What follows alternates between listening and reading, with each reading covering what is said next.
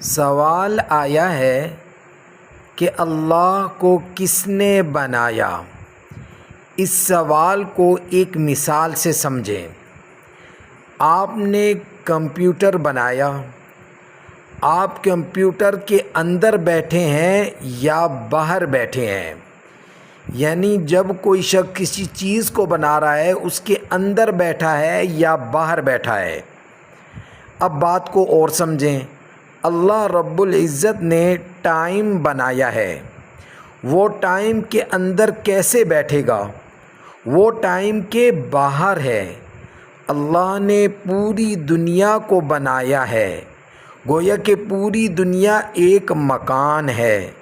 اللہ مکان کے اندر کیوں بیٹھے گا؟ اللہ مکان سے باہر ہے۔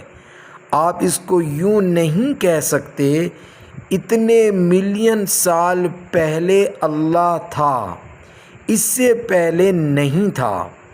آپ جتنا بھی پیچھے چلے جائیں وہ ٹائم ہے، اور اس ٹائم کو بنانے والا اللہ ہے۔ جو بنانے والا ہے وہ ٹائم کے باہر ہوگا، ٹائم کے اندر نہیں ہوگا۔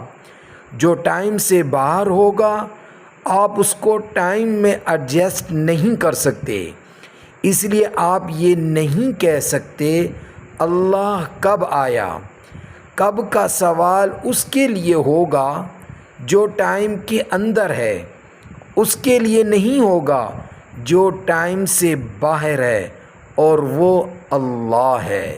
یہ ہے آپ کے سوال کا جواب۔ اللہ کو کس نے بنایا؟